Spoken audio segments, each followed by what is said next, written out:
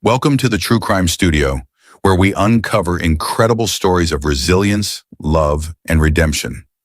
In today's video, we follow the gripping tale of Alexander Monroe, a billionaire who defied societal expectations and faced unimaginable challenges for the woman he loved.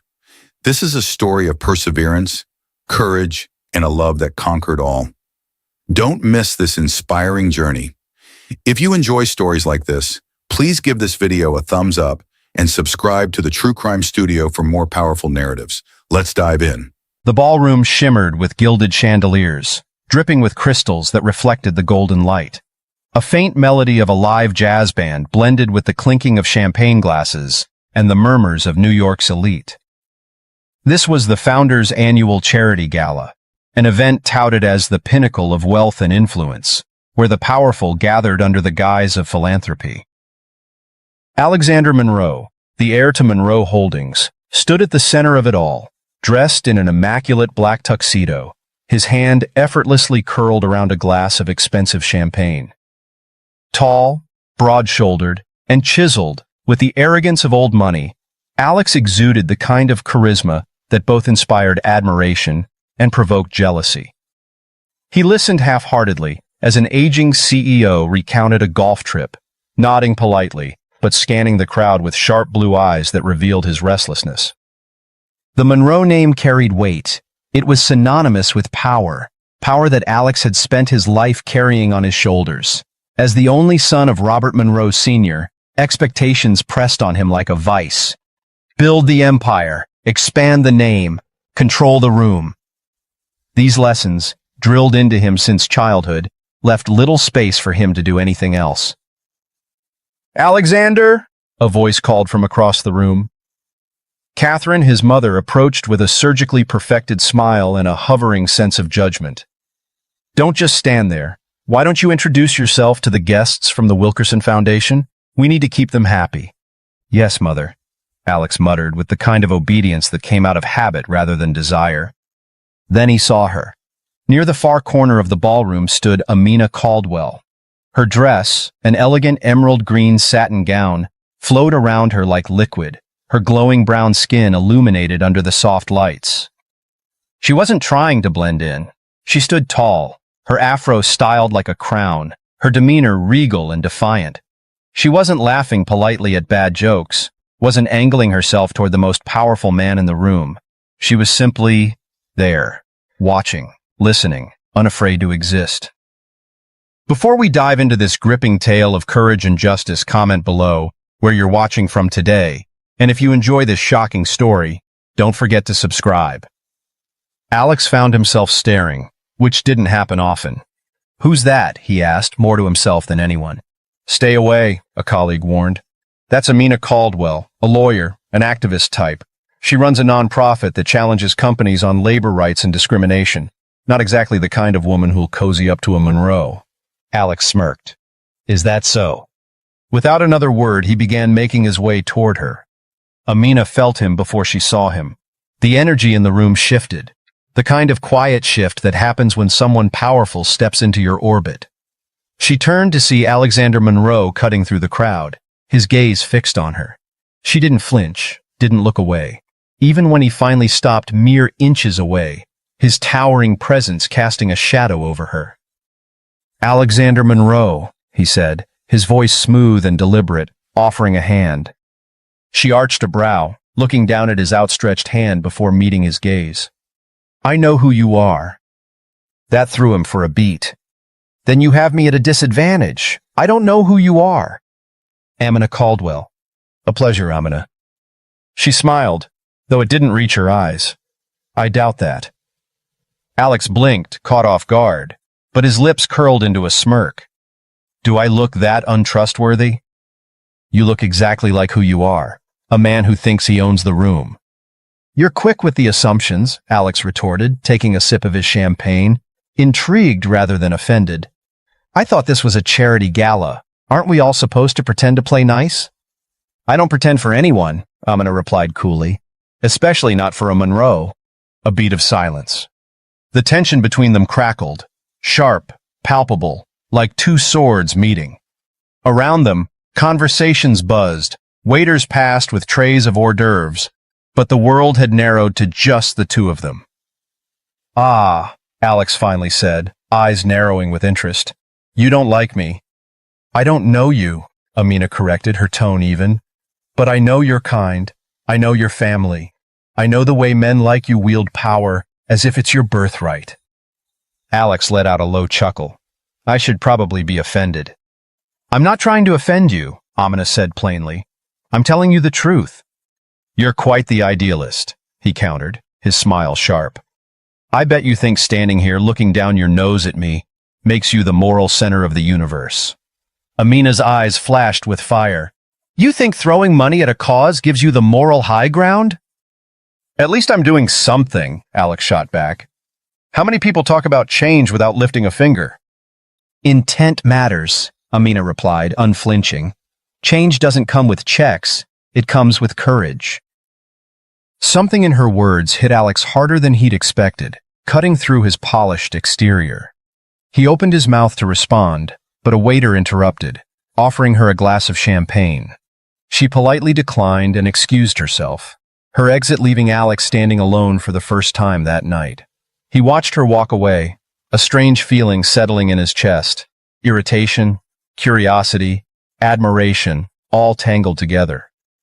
"She's interesting," he thought, though the word hardly did justice to the storm she'd stirred within him. As the night wound down, Alex couldn't stop thinking about Amina Caldwell.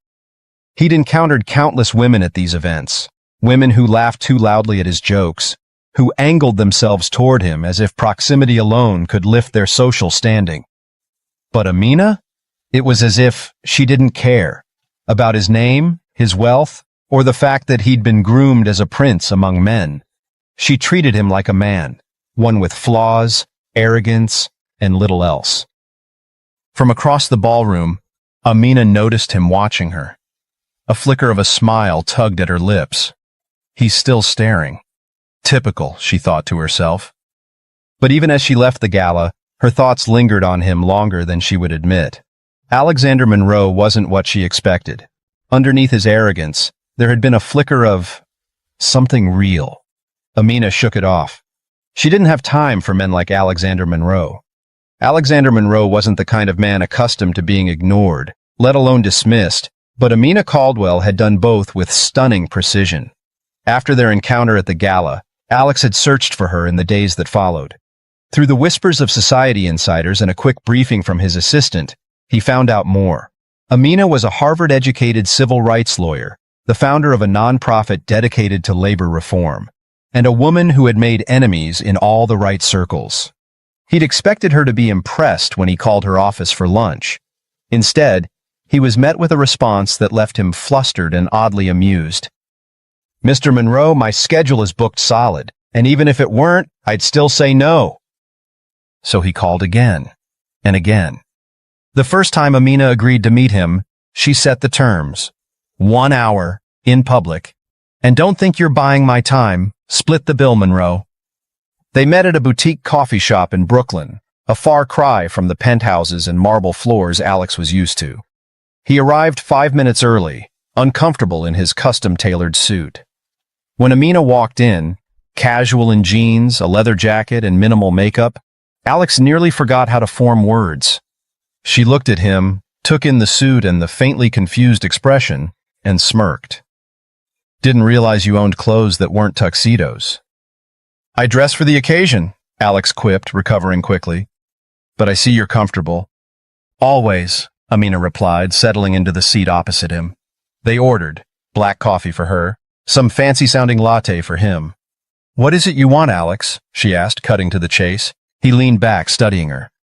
"I want to know more about you. Is that so hard to believe?" "Yes," Amina replied without hesitation. "Men like you don't chase women like me without an angle. I'm not interested in being a headline." "Then don't read the papers." "That's cute," she said dryly, stirring her coffee. "You think this is a game, but you and I come from two very different worlds. I fight against the very systems that make your family powerful." "I'm not my family," Alex said softly. Amina raised an eyebrow.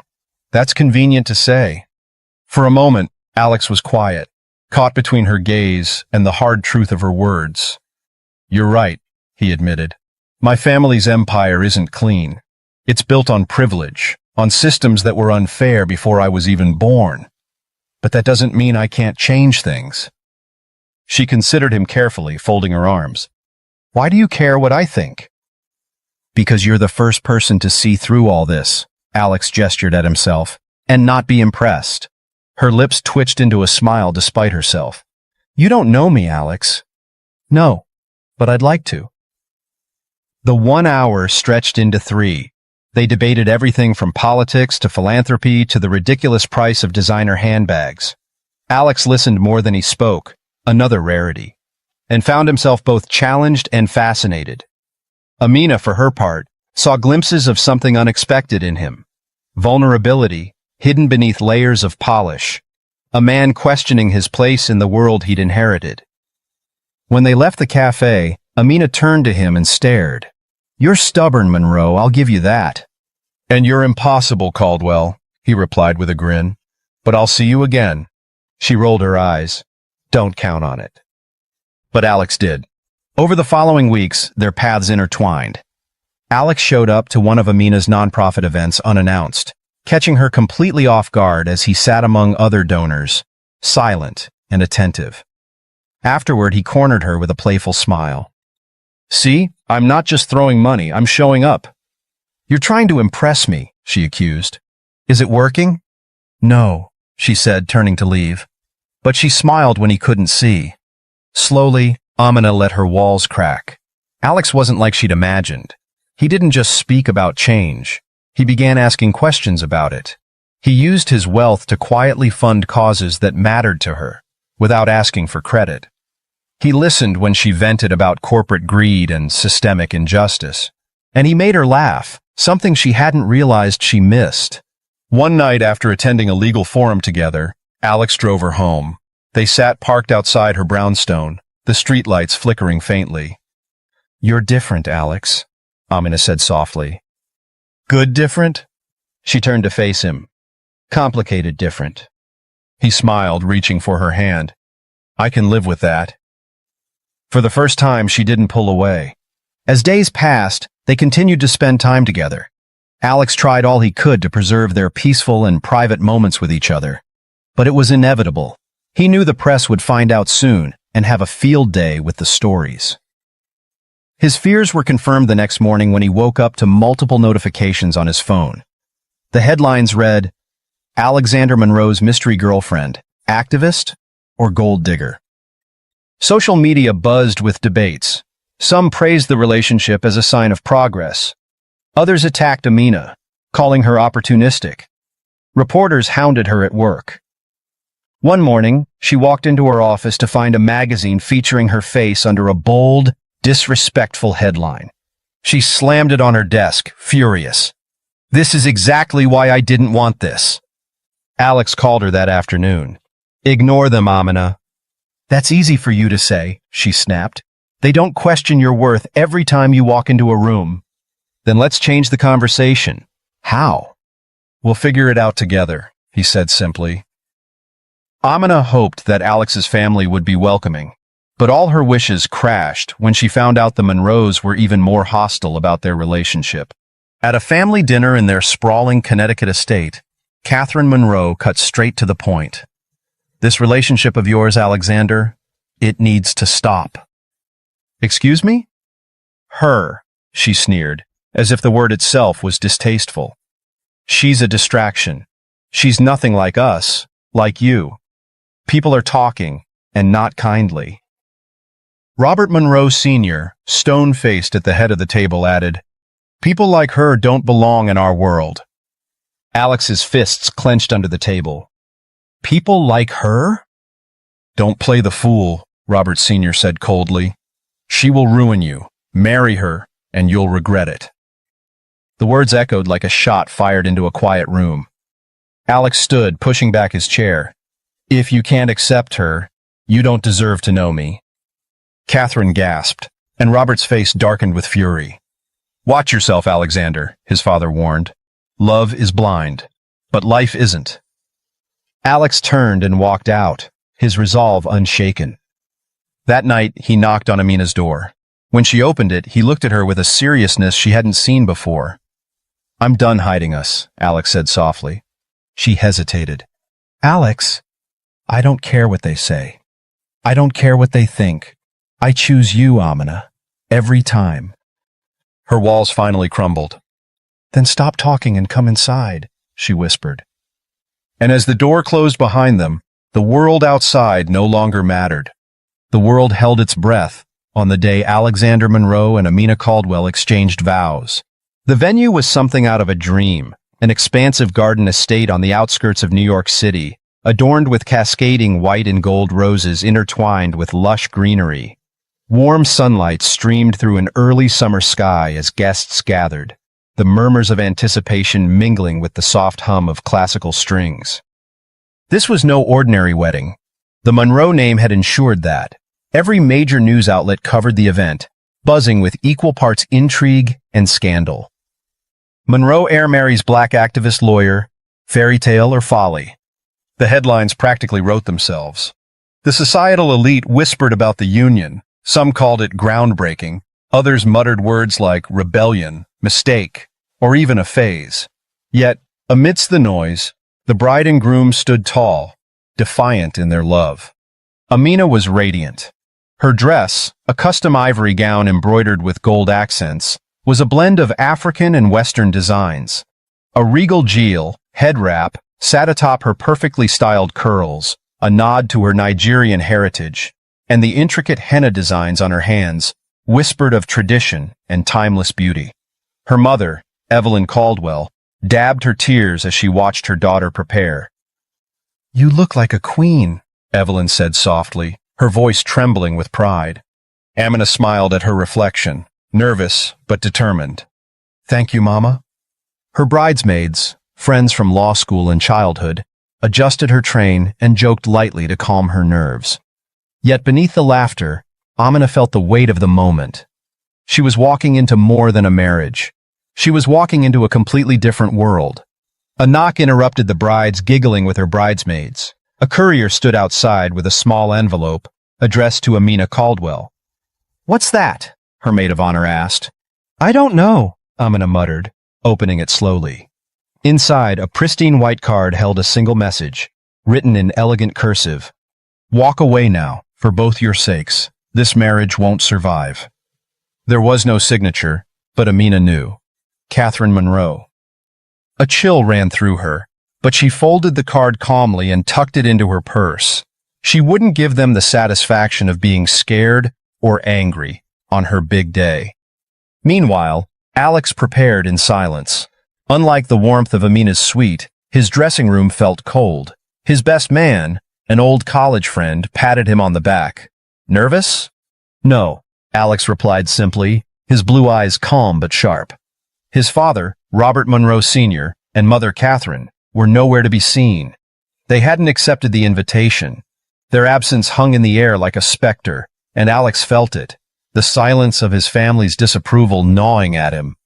But when he thought of Amina, her laugh, her fire, her strength, his resolve was stronger than ever. "Ready?" the officiant asked, stepping into the room. Alex nodded. "Let's do this." The ceremony was breathtaking. Amina walked down the aisle on her father's arm, the crowd gasping at her beauty. Alex waited at the altar, his breath catching as he saw her. In that moment, there were no whispers, no headlines, just the woman he loved, radiant and fierce, walking toward him. When she reached him, Alex took her hands. "You're stunning," he whispered, his voice thick with emotion. "And you're lucky," she replied, smirking through happy tears. The ceremony blended cultures seamlessly. Amina's father performed a traditional blessing, while a close family friend officiated the vows. They exchanged rings, hers simple yet elegant, his custom engraved with the words, "You and me always." When the officiant pronounced them husband and wife, Alex leaned down, pressing his forehead against Amina's before kissing her softly. Cheers erupted around them, drowning out everything else. But in the back of Amina's mind, the letter lingered like a shadow. The reception was a chaotic and fun affair. Amina's family filled the space with joy, dancing, singing, and speeches that echoed love and laughter. Her father toasted, his voice booming. To my daughter, who has always walked her own path, and to Alex, who was brave enough to follow her. Laughter and applause erupted, and Alex grinned, raising his glass. Amina's friends told embarrassing stories, reminiscing about late-night study sessions and dreams of changing the world. Her mother danced with her, tears streaming freely down her face. In contrast, the few Monroe family acquaintances who attended sat stiff and awkward, their smiles frozen, as if unsure how to exist in a space filled with unfiltered joy. Alex noticed, but he didn't care. He pulled Amina onto the dance floor, spinning her gently as the music slowed. She looked up at him, her brown eyes searching his. "You okay?" she asked softly. "Perfect," he replied. "You're not thinking about them?" "I'm thinking about you," he said, brushing his lips against her forehead. "You and me, Amina. Nothing else matters." Later that evening, after the guests had gone, the newlyweds retreated to a private suite. Amina sat on the edge of the bed, her dress pooling around her, her face pensive. Alex joined her, sitting close and taking her hand. "What's wrong?" he asked. She hesitated, then pulled the letter from her purse, handing it to him. Alex's expression darkened as he read it. "Catherine," he muttered, his jaw tightening. "I didn't want to ruin today," Amina said softly. "But—" "Don't," Alex interrupted, turning to face her. "They don't get to ruin anything. Not today, not tomorrow, not ever." "They won't stop, Alex." "Neither will I," he said firmly. "Amina, I chose you. I'll choose you every day, no matter what." Her eyes glistened, and she nodded, a tear slipping down her cheek. "It's you and me against the world, isn't it?" He cupped her face gently, brushing his thumb along her cheek. "It's you and me, always." He kissed her softly, tender, unhurried, as if sealing a vow no one else could touch. Outside the suite, the world kept turning. The whispers grew louder. The Monroes couldn't believe Alex had defied the and everything they stood for. In the darkness of the Monroe estate, Catherine sat by a fireplace, her lips pursed in a thin line. "He actually did it, Robert. He went and married that black girl that's below his station. She must have turned him against us," Catherine spiraled. Robert Sr. sipped his whiskey, his expression stony and calm. "He'll come crawling back," Robert muttered. "When it falls apart, he'll have no choice." Catherine stared into the flames. "And we'll be waiting." The years had not been easy, but they had been theirs. For Alexander and Amina Monroe, love had been a shield, a fortress against the world that seemed determined to break them. After their wedding, Alex did what no Monroe before him had dared. He walked away from the family empire. He resigned from Monroe Holdings and relinquished his position as heir. "I'll make my own name," he had told Amina one night. "I don't need their heritage or the billionaire title if it means I'm indirectly tied to them." Alex poured his energy into building his own investment firm from scratch. Amina, now a rising star in the world of civil rights law, threw herself into her work, taking on high-profile cases that challenged corrupt corporations and fought for the marginalized. Together, they became a power couple of a different kind, modern, purposeful, and deeply in love. But outside their bubble, the Monroes seethed. They had not expected the marriage to have lasted a year, and this was Alex and Amina's 5th anniversary. The Monroe family didn't forgive easily, and they certainly didn't forget. Catherine and Robert Monroe Sr. made their displeasure known quietly but ruthlessly. Under their influence, old business allies distanced themselves from Alex. Contracts vanished overnight. Banks rescinded loans. Whispers spread like wildfire. Alex Monroe's business is a sinking ship. The wife's poor cousins and family history, dragging him down. The media, ever eager for scandal, fueled the narrative. Headlines slashed at their reputations like knives. The price of love, Alex Monroe's downfall. Activist wife to blame for Monroe heir's business collapse? Amina, already accustomed to scrutiny, bore it better than Alex did. She focused on her work, but the anonymous hate mail and threats crept in like poison. Letters with slurs scrawled in crude handwriting. Voicemails muttering things too vile to repeat.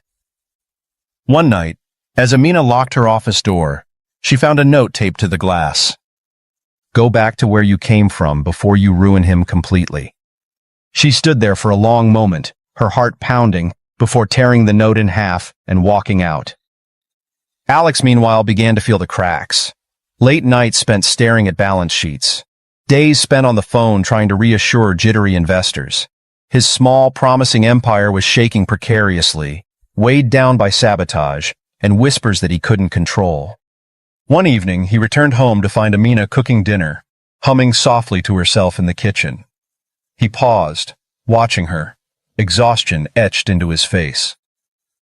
Something smells good, he said, trying to cheer up as he loosened his tie. Amina turned, her smile softening as she studied him. You look tired. I'm fine. Alex. He sighed and leaned against the counter, rubbing his temples. It's falling apart, Mina. I can't get ahead of it. Every time I take a step forward, someone's there to push me back. Amina put down the spoon and walked to him, sliding her arms around his waist. You're not alone in this. We'll get through it together. He kissed the top of her head, holding her tightly. I don't deserve you. Yes, you do, she murmured. And I'll remind you of that every day. Meanwhile, Catherine Monroe was hosting a lavish charity gala, an annual event meant to showcase the family's wealth and status. Alex hadn't attended in years, but when an old family friend reached out to extend a seemingly heartfelt invitation, he considered it. It might be a chance to bury the hatchet, Alex said over breakfast. Amina hesitated. Alex, you know what they're like. Maybe it's time, he replied. Maybe they've changed. Her gaze was skeptical, but she trusted him. Then we'll go together. The Monroe's estate was as opulent as ever. Grand marble pillars, glittering chandeliers, and walls lined with generations of portraits.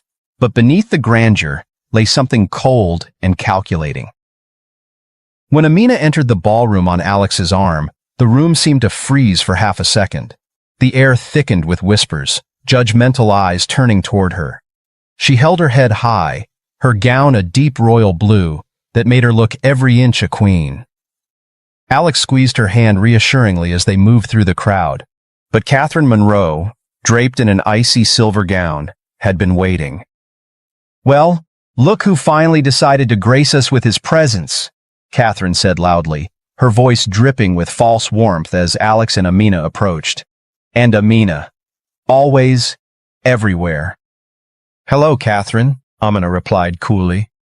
Catherine's smile faltered at the calm confidence in Amina's tone, but she didn't stop. You know, it's a shame, Alexander. You had so much potential. It must be difficult for you, watching everything you built crumble. Alex's expression darkened. What are you talking about? Oh, darling, the whole city knows. Monroe in name only, isn't that what they say now? All because you let yourself get distracted. The words hung in the air like smoke. Conversations stilled around them, guests straining to hear. Amina stiffened, her fingers digging into Alex's hand. Catherine's gaze shifted pointedly to Amina. It's just sad to see how far you've fallen.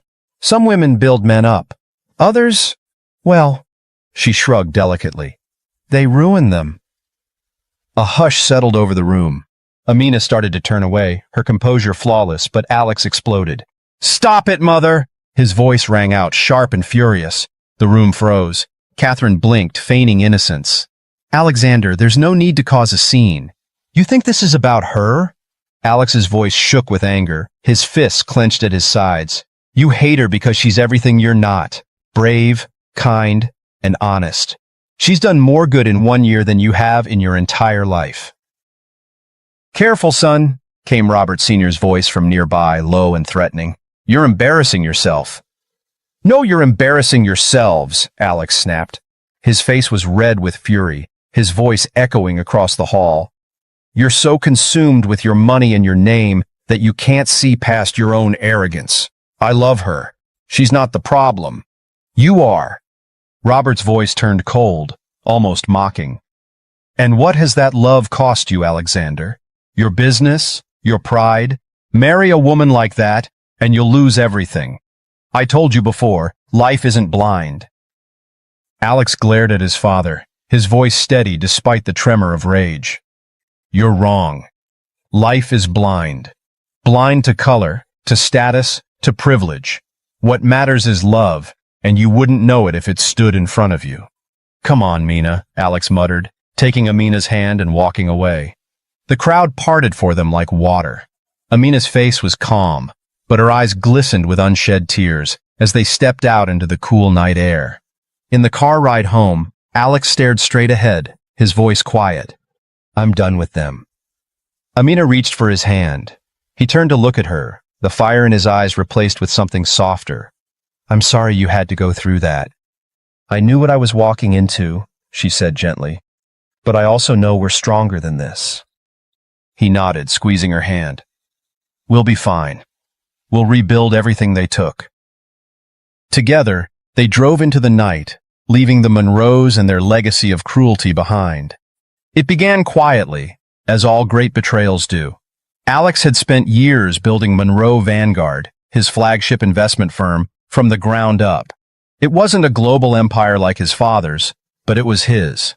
Clients trusted him, not because of his name, but because of his vision. But trust was fragile, and betrayal, once planted, spread like rot. One morning, Alex sat in his office reviewing numbers that didn't add up. Contracts were slipping through his fingers. Major investors were suddenly pulling out, citing vague concerns about instability and leadership direction. Calls went unanswered. Emails bounced back with icy formality. Something's wrong, he said to his COO, frowning at the balance sheets. Within days, it unraveled. Alex burst into a board meeting where his largest investor sat alongside his legal team. The air crackled with discomfort as heads turned toward him. Bill, what the hell is going on? Alex demanded. Bill, a longtime ally, avoided his gaze. I'm sorry, Alex. The investors voted to withdraw funding. The firm is underperforming. Underperforming? Alex's voice rose. We're fine. We're growing. Slowly, but growing. It's not just the numbers. Bill cleared his throat uncomfortably. There's chatter, Alex, about your judgment, about the direction you're taking this firm. What chatter? Alex pressed, his voice low, dangerous. Your father's been talking to the partners. The word struck like a blow to the chest. Alex staggered back, a hollow laugh escaping him. Of course. Robert Monroe strikes again. So what did he promise you? A seat at the table? A bigger piece of his empire? Bill couldn't even look at him. It's over, Alex. I'm sorry. Alex left the room without another word, fury boiling inside him. The media devoured it. Monroe Heirs firm crashes amid financial chaos. Is Alexander Monroe a failed visionary? The headlines were cruel, the op-eds worse.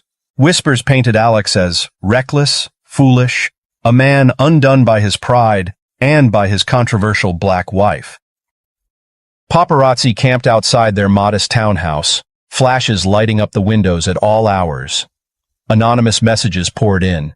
She's bad luck, Monroe. Walk away now. Inside, Alex spiraled. He spent long hours pacing the house, phone in hand, making desperate calls to former partners, trying to salvage something, anything. His voice grew hoarse from arguing. His nights grew longer. Amina watched helplessly as the man she loved carried the heavy weight of defeat. The living room was dark, except for the glow of the fireplace. Alex sat on the edge of the couch, shoulders slumped, his face buried in his hands. Amina approached quietly, sitting beside him, placing a gentle hand on his back. Alex, she said softly. He didn't move. I failed. You didn't?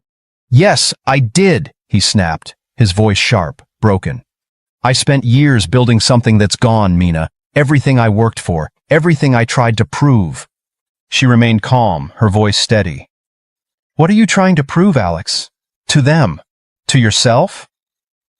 He looked at her then, his blue eyes red-rimmed, hollow. That I'm not like him. That I'm not just a Monroe. Amina reached for his face, cradling it in her hands. You're not your father, Alex. You never were. You've spent so long running from his shadow that you forgot. You cast your own light. He exhaled shakily, pressing his forehead to hers. What if I can't fix this? She kissed his brow, her voice a whisper. Then we'll build something new. Together. For a long time he held her, the room silent except for the crackle of the fire. The ultimatum. Days later, Alex received a call. Your father wants to see you, his assistant said hesitantly. Alex hesitated, then finally agreed. He met Robert Monroe Sr. in his father's sprawling office, a room that smelled of polished mahogany, power, and old money. Robert sat behind his massive desk, impassive as ever. You look like hell, Robert said by way of greeting. Save it, Alex growled. Robert leaned back, steepling his fingers. You brought this on yourself. I told you that woman would ruin you. Alex's fists tightened at his sides. If you brought me here to insult my wife, I'll leave. No, Robert said, his voice calm but cold. I brought you here to give you a way out. Walk away from her, Alexander. Come back to the family and all will be forgiven. Your position, your future, it's yours for one price. Alex stared at him, stunned into silence. Leave her, Robert repeated, as if it were the simplest request in the world. You think this life you're building matters? She's dragging you into the dirt. Let her go before she destroys you completely. Alex's voice was low, dangerous. Get out of my life. But just as he turned to leave, he heard a soft sound, a sharp inhale. Amina was supposed to be waiting in the car, but there she stood in the doorway, her face unreadable, her hand clutching the frame for support. She had come to find him, to make sure things didn't escalate. Now she stood frozen, the weight of the ultimatum pressing between them. Robert's eyes flicked to Amina, his smile cruel. Ah, I see she's heard it all. Amina's face paled, but her voice remained steady. Alex? Alex turned to her quickly. Mina. She held up a hand, silencing him. Do you need a way out? What? If you want out, say it. Her voice trembled slightly, but her gaze was unflinching. I don't need you to save me, Alex. I need you to choose me. Alex looked at her, raw pain etched into his face. There's no me without you, Mina. Her breath hitched, but she stepped forward, taking his hand, as if reclaiming him in front of his father. Robert's expression turned to stone. You're a fool, Alexander. No, Alex said, his voice calm and resolute. I'm free. That night, Amina sat beside Alex on the couch, her hands cradling a cup of tea. The firelight flickered, casting warm shadows across the room. I have something to tell you, she said softly. He looked at her, exhaustion softening into concern. What is it? She reached for his hand, placing it gently on her stomach. I'm pregnant. For a moment, Alex simply stared at her, disbelief and wonder crossing his face. Then his lips parted into a slow, tearful smile. We're having a baby? She nodded, tears glistening in her own eyes. Alex pulled her into his arms, holding her close. We're going to be okay, Mina. I promise you, no matter what. As they sat together in the quiet, the future no longer seemed so uncertain. They were battered but unbroken, and within them, something new, something hopeful, was beginning to grow. After that day, Alex walked out of his father's office, hand in hand with Amina. He felt an unfamiliar weight lift from his shoulders. The Monroe name, with all its power, was a chain that had bound him for years. Now, it was gone. The media continued their feeding frenzy, painting him as the prodigal son who had thrown away his billion-dollar inheritance for love. But in Alex and Amina's home, there was no sense of loss, only determination. We start over, Alex told Amina one morning over coffee. He looked worn but alive, the fire back in his eyes. She arched an eyebrow, cradling her mug. Start what? Something new, something that doesn't carry the Monroe name. He leaned forward, his voice low and intense. You've been telling me about the work your nonprofit does, how corporations fail the people they're supposed to serve. What if we built a company that didn't fail them? An investment group, but one with principles, one that gives back. Amina smiled slowly, pride flickering across her face. You're talking about ethical investing. Yes. He ran his hands through his hair, energized. We don't chase numbers or just line pockets. We invest in communities, small businesses, clean energy, labor reforms, real progress. She studied him carefully, then nodded. Then let's do it. The early days were brutal. They rented an office. Alex reached out to old friends, former contacts, anyone who might listen. Most doors slammed in his face. The Monroe name still carried weight, but now it was a stain he couldn't scrub off. Good luck, Alex, an old investor told him coldly. No one's going to trust the man who walked away from a fortune. When Alex came home defeated, Amina held him together. You don't need their trust, she said firmly. You'll earn it from people who matter, people who believe in change. Her unwavering support became his anchor. And while Alex worked on the new firm, Amina continued to fight battles in court. Even through her pregnancy, she took on cases that challenged giants. Your wife is relentless, Alex's new business partner Marcus told him one evening as they strategized over spreadsheets. She's the strongest person I know, Alex replied with a proud smile. They called the company Vanguard Partners, a nod to bold visionaries leading from the front. It started small. Investments in local businesses struggling to find their footing, funding for startups led by women and minorities, and partnerships with nonprofit initiatives. The first year was hard. Money was tight, but every small victory was theirs. An immigrant-owned bakery in Brooklyn saw record sales thanks to Vanguard's help. A small tech startup focused on clean energy got the seed funding it needed. Word spread. Slowly, trust came. At a ribbon-cutting event for a new community center Vanguard funded, Alex stood at the podium. He looked at the smiling faces. Children, families, small business owners, and he felt it. This was success. Not the cold, calculating empires his father had built, but something alive, meaningful. Thank you all for believing in us, Alex said, his voice steady, his smile genuine. This is just the beginning. Amina, now visibly pregnant, watched from the crowd, her heart full. Robert Monroe Sr., humiliated by Alex's defiance, continued to undermine him behind the scenes. At one point, an anonymous source leaked false accusations against Vanguard, claiming it was financially unsound and a vanity project. The media pounced. More Monroe chaos, one headline blared. Alex felt the familiar ache of doubt creeping back. He sat in their living room late one night, his hands gripping the sides of his head. What if this isn't enough, Mina? He whispered. What if I fail again? Amina, sitting across from him, looked up from her laptop. You're not failing, Alex. But, no. Her voice was sharp and serious. She walked to him, kneeling in front of his chair. We don't measure success by their rules anymore. Look around you. Look at the people whose lives are changing because of what you've built. Because of us. He stared at her, his hands reaching to touch her face. How do you always know what to say? Because I know you, she said softly, and I believe in you, even when you don't. Months later, Vanguard Partners wasn't just surviving, it was thriving. The company became a leader in ethical investing and community-based development. Major publications that once sneered now called Alex and Amina visionaries of modern business. Their success story spread across headlines. The new Monroe legacy, progress, innovation, and equality.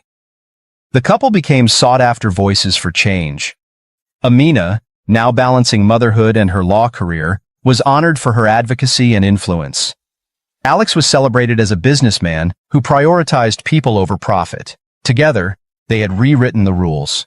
At a gala held in their honor, the atmosphere buzzed with admiration. Leaders, activists, and business innovators mingled in a space charged with optimism and progress. Amina wore an elegant gold gown, her smile radiant as she held Alex's hand. Cameras flashed, but for once, the attention wasn't hostile. Marcus raised a toast. To Alex and Amina Monroe, proof that strength, love, and vision can change the world. The crowd erupted into applause. As they danced later that evening, Alex leaned down and whispered, "You were right, you know." Amina tilted her head up, amused. "About what?" "About us. About what we could build." She smiled, resting her head on his shoulder. "We've only just begun."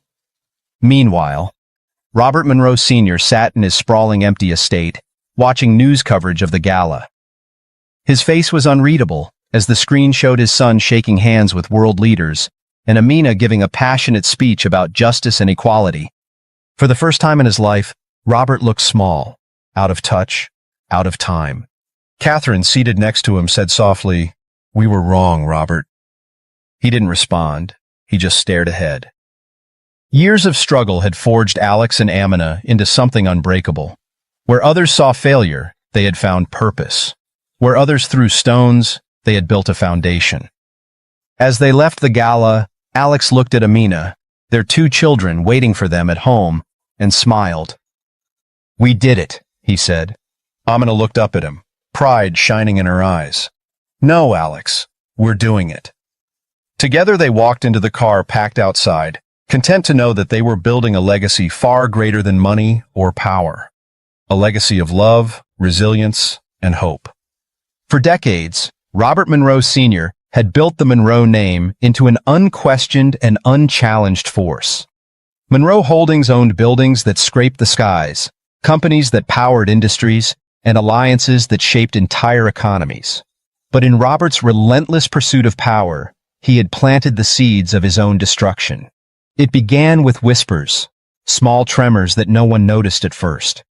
Monroe Holdings faced accusations of fraud and unethical business practices.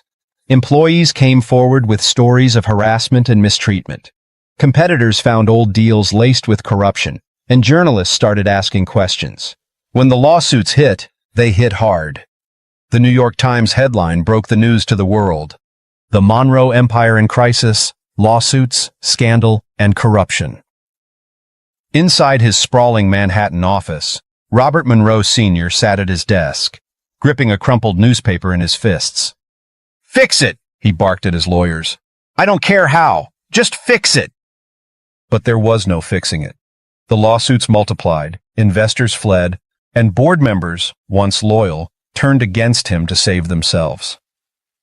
News anchors gleefully detailed Monroe Holdings' collapse, night after night, their tone almost poetic, as they recounted how the mighty had fallen. "Decades of ruthless leadership have finally caught up to the Monroe family," one commentator noted. While Robert raged in his office, Catherine Monroe withdrew into silence. She stopped attending society events, her name no longer welcomed in the circles she once ruled. Former friends stopped calling. Her invitations went unanswered. One afternoon, she sat alone in the huge estate, the air heavy with loneliness. Framed portraits of past Monroes lined the walls, men and women who had built their fortune generation by generation, their eyes stern, unflinching. Catherine looked away from them, feeling their silent judgment. On the television, a news segment played, showcasing Alex and Amina Monroe at yet another awards ceremony. Alex stood tall, his arm around Amina as she delivered a moving speech about justice and innovation. "She's remarkable," the reporter gushed. "Together, the modern Monroes, as they were now dubbed, have created a new kind of empire, one built on trust, equity, and compassion."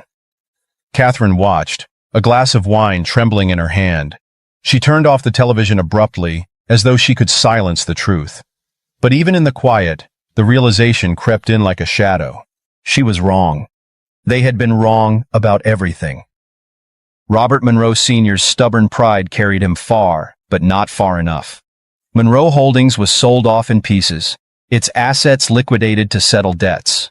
Friends abandoned him, shareholders sued him, and the media portrayed him as a relic of a bygone era, an emperor left to rule over ruins.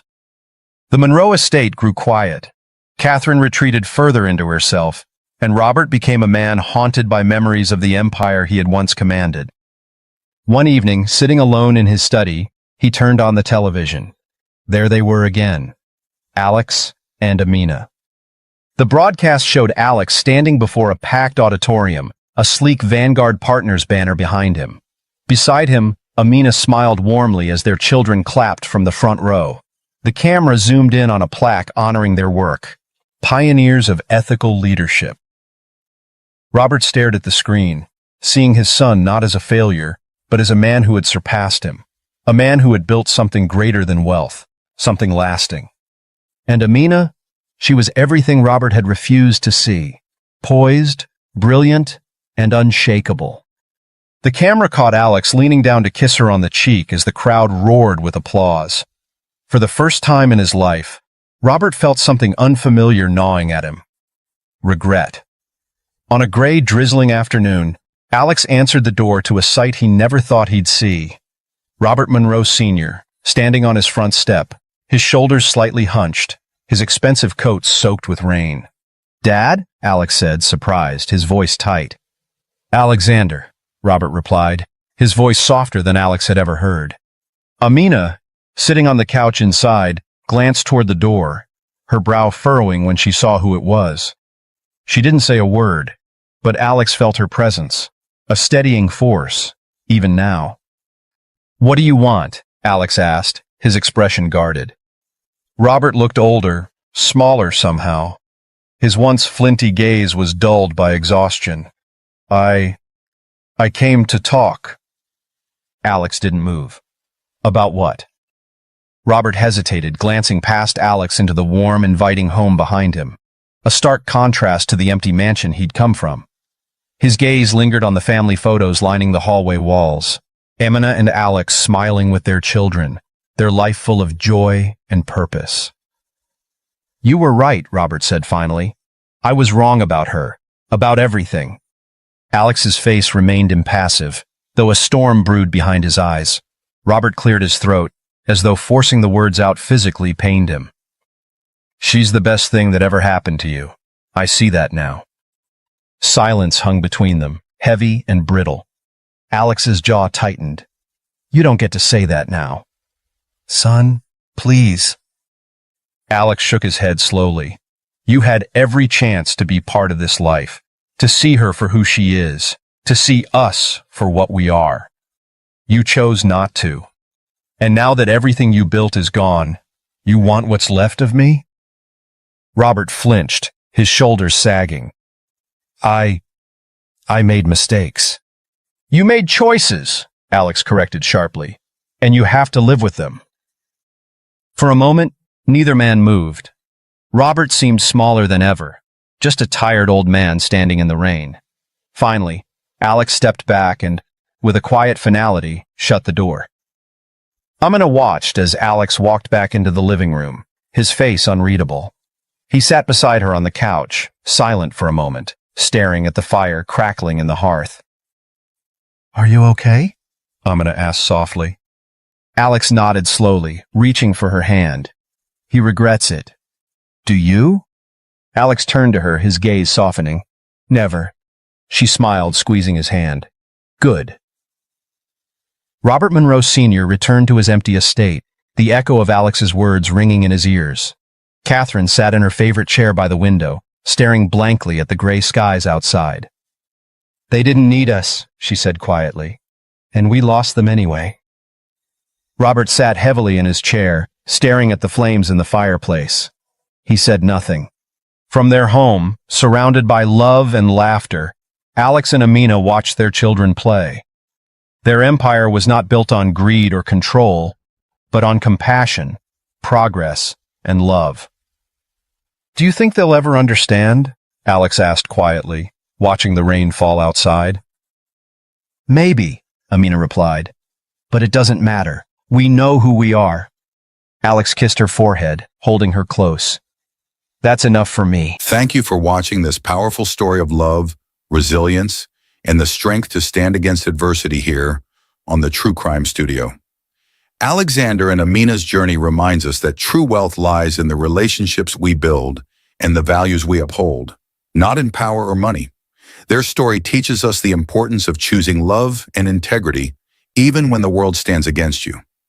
If this story inspired you, please give it a thumbs up, share your thoughts in the comments, And don't forget to subscribe to the True Crime Studio for more incredible stories of courage and redemption.